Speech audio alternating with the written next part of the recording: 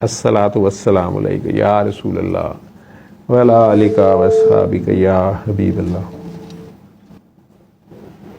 آپ سب لوگ اور جو لوگ آن لائن دنیا میں جہاں بھی بیٹھے ہوتے ہیں یا بعد میں بھی ویڈیوز دیکھتے ہیں، وہ سارے کے سارے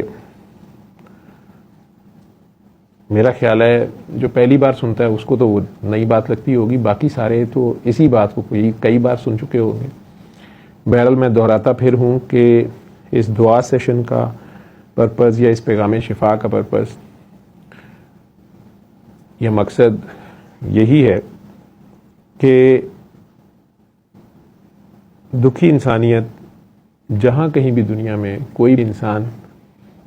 کسی بھی روحانی یا جسمانی، طبعی، غیر طبعی، سماجی، معاشرتی، سیاسی مسئلے کا شکار ہے، کالے جادو، جنات سمجھتا ہے کہ اس کو تنگ کر رہے ہیں، یا کسی نے اس کے اوپر عملیات کرا دیے ہیں، یا وہ خود کہیں پھنس گیا ہے، کسی ایسی بند گلی میں آ گیا ہے جہاں وہ اپنی پوری کوششیں کرنے کے باوجود، اپنے وسائل بروئے کار لانے کے باوجود اس کے سنوائی نہیں ہو رہی، یا وہ بری طرح سے پھنس گیا ہے،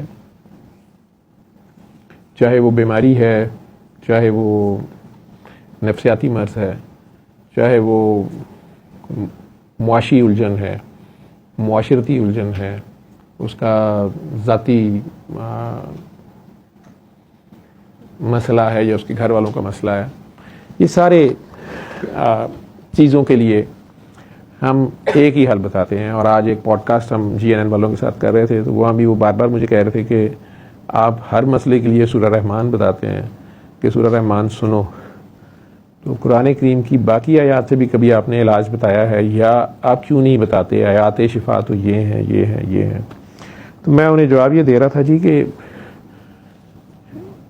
2-3 بار میں نے انہیں کریکٹ کیا کہ میں سورہ رحمان سے علاج نہیں کرتا، میں سورہ رحمان والے کا بتا رہا ہوتا ہوں۔